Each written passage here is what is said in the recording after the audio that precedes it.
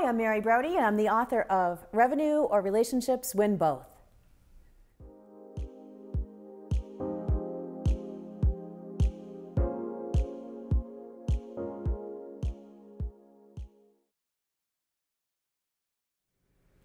Now, as we discussed in the product experience video, after a customer purchases a product, technically his or her experience branches into two areas: the post-purchase experience and the product experience. Now, in the diagram, we keep it linear for simplicity's sake, but both are related yet very different parallel experiences. The product experience builds community by allowing customers to share their successes with each other regarding how the product or service improved their life in some way. And the post-purchase experience builds a relationship between your customers and your company. Now, this relationship evolves in a few ways. First, it starts to address day-to-day explicit and implicit agreements that include logistics, payments, promotions, or collaborations. Second, it provides information to customers so they know what's happening with the company and the product. Third, it provides customers information to know how the company is changing the lives of people, an industry, or the world, and bringing everyone benefit. Now, with that said, there's a broad range of activities that happen in the post-purchase experience. Now, a company may introduce complementary products or services, or VIP programs, or other methods to help solve a customer's problem, introducing a new layer to the customer relationship lifecycle that will deepen connections and build relationships. This ushers a customer into that pre-purchase step for that product or service. And this makes the post-purchase step a type of transition step, if you will, taking a customer from his existing customer relationship to something more involved, something more engaged, and something far more significant. Now, there are also transitions for someone to move to that pre-purchase step in order to refill a refill, get a replacement, or order a repair. Assistance is needed for a customer to make the decision to purchase, and the post-purchase step springboards customers into those processes. Now, customers may also want to receive regular updates about products or services, new features, account or service changes, changes to warranties or guarantees, or other explicit or implicit agreements. They may want to adjust their existing service contracts or subscriptions. And somehow, those transactions would need to be supported in this step, and there's no need here to develop a new or deeper customer relationship. These customers only want to adjust the existing relationship to make it into something that works better for them. Now, a company may want to share information about itself to build a connection, almost as if a friend would. Customers may want to learn about what's happening in the company itself, about acquisitions and partnerships, key new hires, customer wins, product releases, events, or corporate social responsibility programs. And this may happen through various experiences or conversations. Sharing information and discovering shared goals and connection is the goal. Experiencing the company's culture more directly and better understanding who it is a result. A company may offer customers a way to participate in customer councils or user groups to connect, learn about what they want to use in the product, and what features or services they would like to see added in an offering. And here they build community with each other and the company. And we can't forget the opportunity for existing customers to share their story with others to inspire them to use the product in creative ways and achieve better results. Now, as you can see in this step, there's a need to share information, complete transactions, make decisions, be an influencer or be influenced, develop a relationship, and collaborate to find new solutions. All of these conversations are necessary for someone to have a deeper relationship with a company, building upon that initial product experience to understand and realize the company's true mission. And that experience may be something that the customer may want to share, repeat, or encourage others to have as well. The product was one experience of the company's vision and mission. Now in this post-purchase step, the customer experiences the company's vision from a broader perspective, understanding the company and its culture firsthand. Now, this is why when making this video, I really struggled to find the right model to describe the conversations and experiences for this step. And as we see, unlike other steps of the journey, the post-purchase step combines elements from all of the previous steps: pre-purchase, purchase, and product. And all of the conversations that apply here are used interchangeably and together. The purchase agreements could be changed or extended through a product license renewal or the addition of a support contract for good measure. Persuasion for someone to buy or use a product is far less important than demonstrations and influencing customers to use a product better or show them how to work with the company better to achieve their goals. This is why I decided that I would use the model that I outlined in the epilogue of my book to outline the types of conversations that could be automated conversations for AIs. These are all the types of conversations that someone could have with a company that will be needed to be automated over time. And I figured that this model may be useful to help describe the diverse conversations and experiences that customers can have with your company. Now, in a separate video, I do describe each of these conversations in greater detail to give that background. But today, I'm going to show how this model applies to the post-purchase step specifically. Now, let's start with informational conversations. Now, as we know, informational conversations build awareness of a company, a product, a solution, or an issue so someone understands what it is, what it does, and the value that it brings. We're used to seeing these types of conversations in the pre-purchase and purchase steps of the customer relationship lifecycle and during the product step to help with instructional content. But what does it represent in this post-purchase step? Well, these conversations complement transactions and decision-making and can be urgent or even time-sensitive in nature. They're also describing complex or simple changes to explicit or implicit agreements. These factors, urgency and complexity, impact tone, format, and delivery of a communication. So many post-purchase conversations regarding account and agreement changes require clarity so expectations in changed agreements can be reset and met. That's why I'd recommend using a more formal tone to reduce confusion. Colloquial phrases and casual tone can result in ambiguity and ultimately cause confusion. Now, if both sides aren't clear about shifted expectations that result from a changed agreement, then distress can appear, and that results in a customer relationship that just crumbles. Now, the complexity of conversations determines the format and that delivery mechanism of the experience.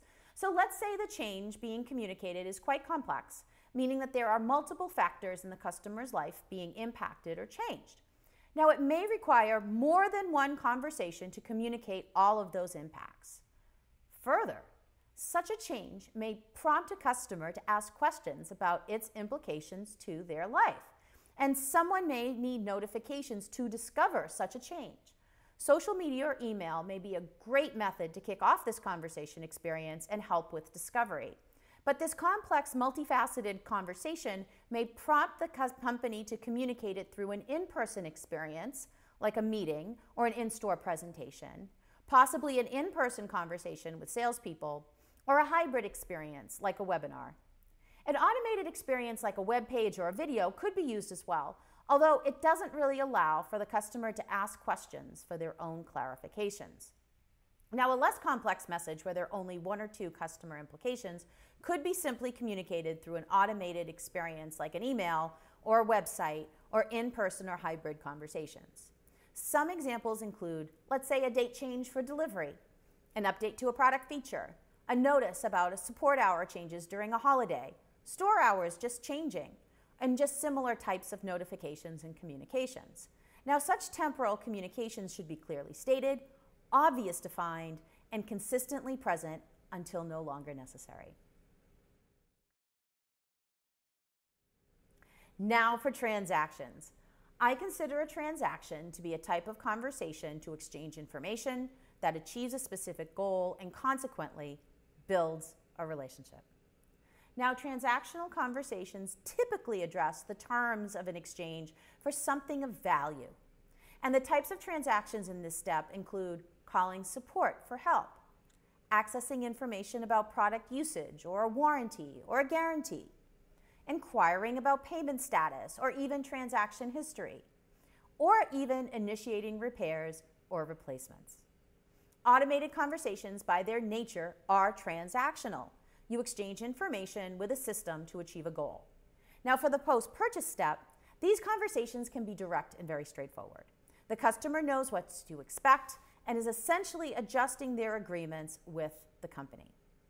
But in-person conversations may be more appropriate depending on the adjustment of the agreement at hand, the level of impact to the customer, and the urgency of that message. This is true for purchase or support and customer service. If there is a complex issue that is urgent to fix, an in-person conversation would be preferable to an automated conversation or experience. The in-person conversation allows for greater discussion than an automated experience that is predefined and quite limited.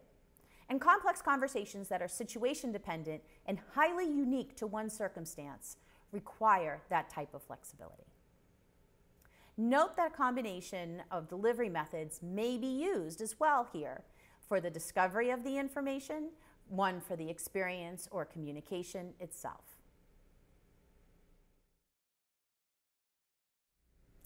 Decision-making conversations are often considered to be a precursor to transactional conversations during the purchase lifecycle step.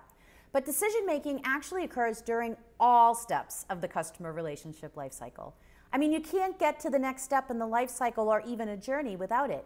And in this type of conversation, a customer or prospect is rating their options according to their own value and priority system and developing a sense of their perceived value and worth for a solution.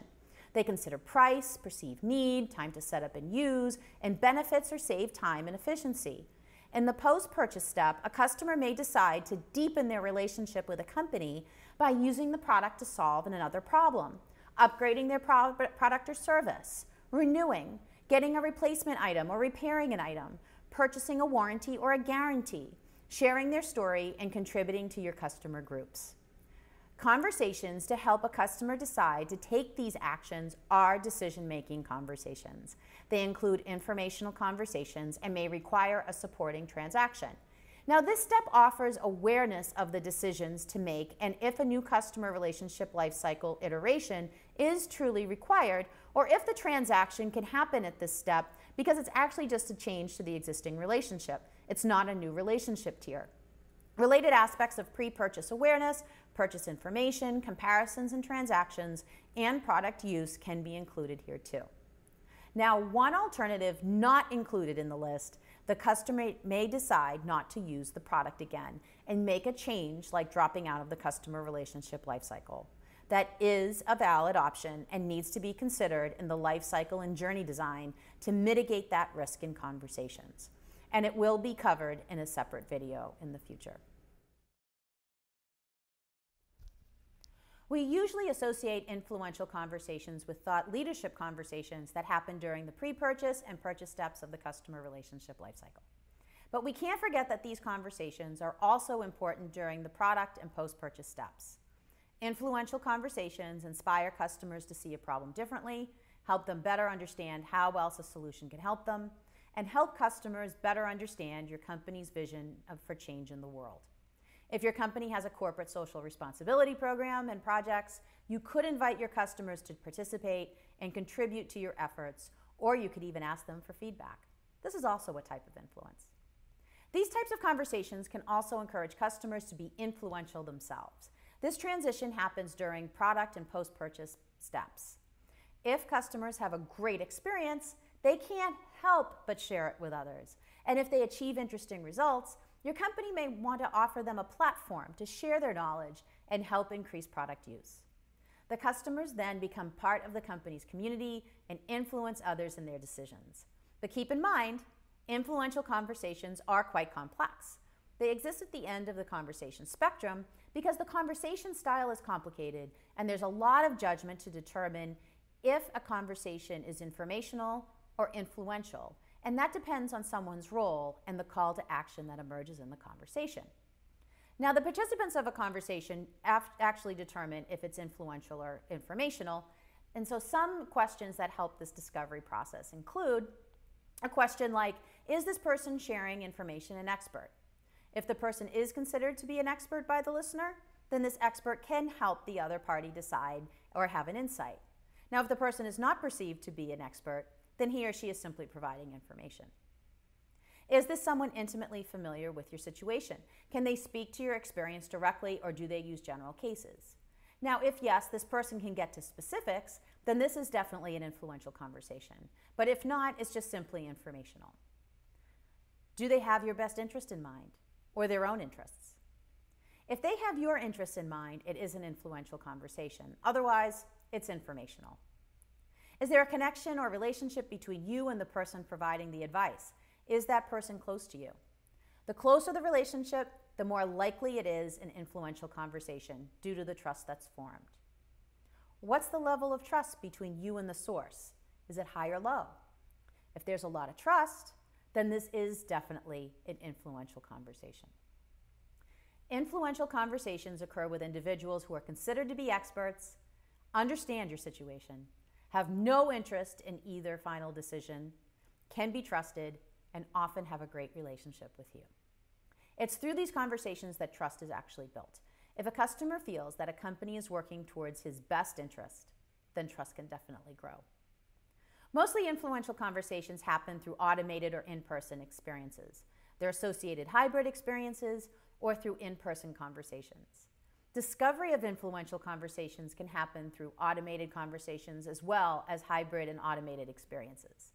The greater the opportunity to connect emotionally, the better the experience, which is why in-person conversations and experiences are the most effective here. Relationship building conversations also occur throughout the customer lifecycle. Actually, that's the purpose of conversations in business: exchanging information, building trust, and most of all, creating an emotional connection. This is why I define a customer relationship as being such a valuable feedback loop to improve a company's solution, making customers an active part of the company ecosystem or the community. The conversation is necessary throughout the process for connection and building trust to improve business. Employees need to share with customers, and customers need to share with each other. Providing areas for sharing advice and stories for how to use a product or service, what's happening with the company, and how to interact better with each other is key for a company to build to accommodate these types of conversations. There needs to be space for discourse and interaction, and it's not enough for a company to make an announcement through a newsletter. That's just an informational conversation. A company needs to hear people's perspectives and hear their thoughts on the decisions made. That's where the relationship is built. That's emotional connection. That's the dialogue. From such a conversation, new strategies could be developed to better meet customer needs, and trust is built from customers knowing that the company is hearing them and responding with their best interests in mind. This is why social media is such an ideal vehicle for receiving input and feedback. Webinars and customer events are also great ways to receive feedback from customers through conversations and online chatting. Sharing builds community, and that builds trust and loyalty. And by encouraging such sharing, your customers see your company as a go-to for solutions. Either your company or its customers can help them, and that's a powerful relationship. Companies can encourage such conversations through automated experiences like forums, in-person experiences like advisory boards or events, or conversation hybrids like social media. In-person conversations like calls are also effective, but not the same as having the experience of seeing someone else in person. In-person events are the most effective way to get relationships established and keep inspiration alive. It's easier to understand someone else's emotion if you experience it directly. It's that ease of emotional expression and feeling that keeps you engaged and motivated to continue a relationship. This is why how someone makes you feel matters. I'm reminded of the work of Dr. Antonio Damasio and somatic markers, which is based on memories of past experiences. These somatic markers help us filter options and provide a shortcut for decision making. So if you've had a lot of life experiences, you'll get a lot of feelings about people, situations, and circumstances, and this is going to help you make a better decision. The physical memories will guide you so that you feel good about what you choose. An aspect of the experience, anything from a smell or a similar action or experiencing a person with a similar personality, could spark such a memory. This is more easily done in person, although it can be achievable online as well. Now, social media helps with information discovery, but doesn't capture emotions in quite the same way as an in-person experience. It encourages conversations, but it is difficult to communicate emotions through emojis and words. The emotional experience just isn't the same. Just like automated experiences, it's easier to experience emotions firsthand than digitally. Collaboration and brainstorming are the nirvana of conversations and experiences because both parties involved need to have a strong relationship before they can even feel comfortable collaborating to solve a problem.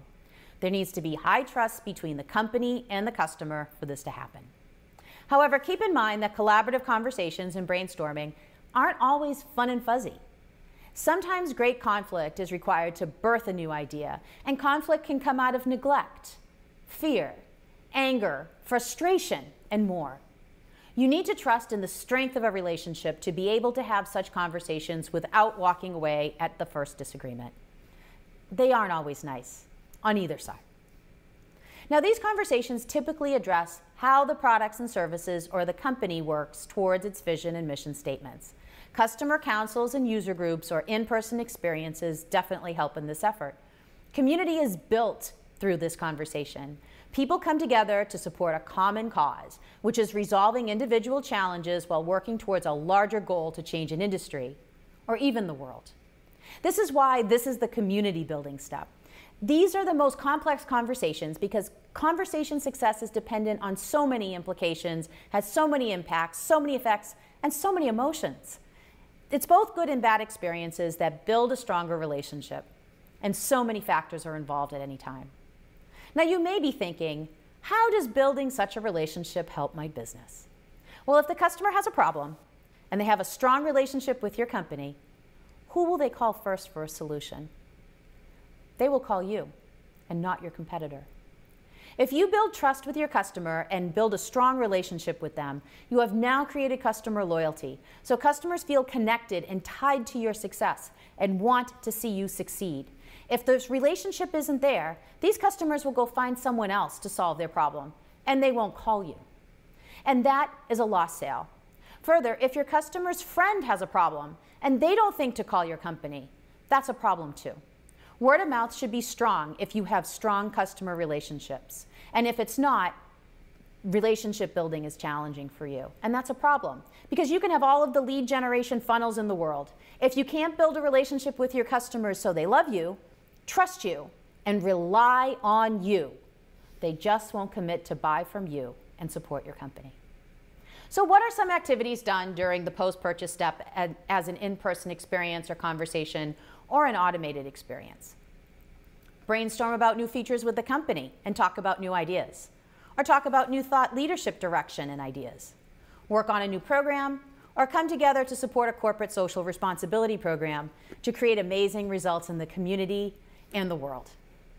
Automated conversations can help gather information for this step, but they can't facilitate brainstorming. It's just too complex to write if-then statements to address it. There are elements of influential and relationship-building conversations included in collaborative conversations. However, to gather information and complete simple transactions, yes, automated conversations are a great approach to gather information for this step. Now, note that the end result of this conversation is loyalty. Once your community is bought into your company's vision and the relationship exists to have these types of conversations, loyalty to a company is inevitable. They're part of your company. They want to see you win. Now, hopefully this discussion provided insights into the range of conversations that can occur during the post-sales step of the customer relationship lifecycle. And yes, over time, these conversations could be automated to build customer relationships, from information sharing to transactions, to decision making, to influence, to relationship building, and then collaboration.